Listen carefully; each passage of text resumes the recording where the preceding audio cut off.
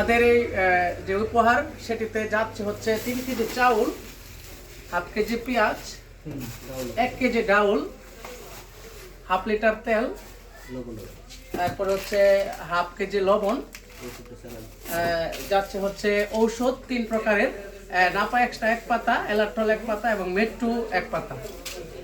Saline যাচ্ছে 10টা, সাথে একটা গ্যাসম্যাচ যেটি কিনা মোমবাতি ধরানোর জন্য। মোমবাতি যাচ্ছে হচ্ছে 5টি, সাথে কয়েল যাচ্ছে হচ্ছে 1 প্যাকেট। এছাড়াও জয়া যাচ্ছে, আর হচ্ছে একটা লেক্সাসের বিস্কিটের প্যাকেট। মোট হচ্ছে 14 এবং আরেকটা আইটেম হচ্ছে পানি যাচ্ছে 2 লিটার একটি। মোট হচ্ছে 15টি আইটেম আমরা দিতেছি। তো যেটা আপনারা আমাদেরকে দিয়েছেন, আপনারা আমাদের কাছে আমানত রেখেছেন, কারণ যারা এই মানবিক ফান্ডিং অবদান রেখেছেন অবশ্যই এটা আমরা আমানত হিসেবে নিয়েছি।